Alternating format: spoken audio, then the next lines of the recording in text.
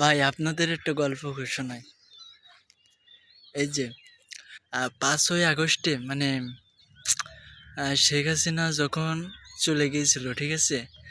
তখন আমাদের এইদিকে অনেক পোলাপান যেগুলা মানে বিএমপি, জামাত এইগুলো করতুম, তারা হলো মনে করেন যে আমলিগ যারা করতুম তাদের মানে গাড়ি, বাড়ি সব কিছু পোড়াই দিয়েছিল, ঠিক আছে? এখন একটা হাসির একটা বিষয়, ঠিক আছে? আমি কইতে যাচ্ছি, ভালো করে মনোযোগ দিয়ে শুনবে। এইবারা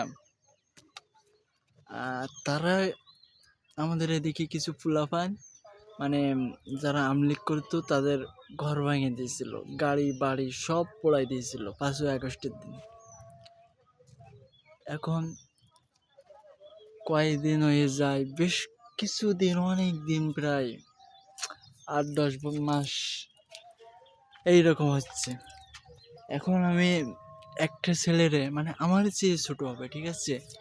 তারে আমি মানে একটা যে গান আছে না, যে কারা মোর ঘর ভেঙেছে স্মরণ আছে, কারা মোর ঘর ভেঙেছে স্মরণ আছে, এই যে একটা গান আছে না, এই গানটা আমি তার প্রত্যেকটা দিন আমি ভাই, আমি তার কানের সামনে মানে বাজাই বা আমি নিজে থেকে গাই, মানে সে খালি মুখ বন্ধ করে থাকে। আসলে ভাই, এতে কি মুখ বন্ধ করে থাকা? কারণ সে আমার তো কিছু করবে। আজকের এই রাস্তা দিয়ে যাচ্ছে, আমি তাকে বলছি না, আমি আমার ফোনে গান বাজাইছি, মানে আমি ফোনে গান শুনছি, ওই গানটা কারা মোর ঘর ভেঙেছে স্মরণ আছে, কারা মোর ঘর ভেঙেছে স্মরণ আছে।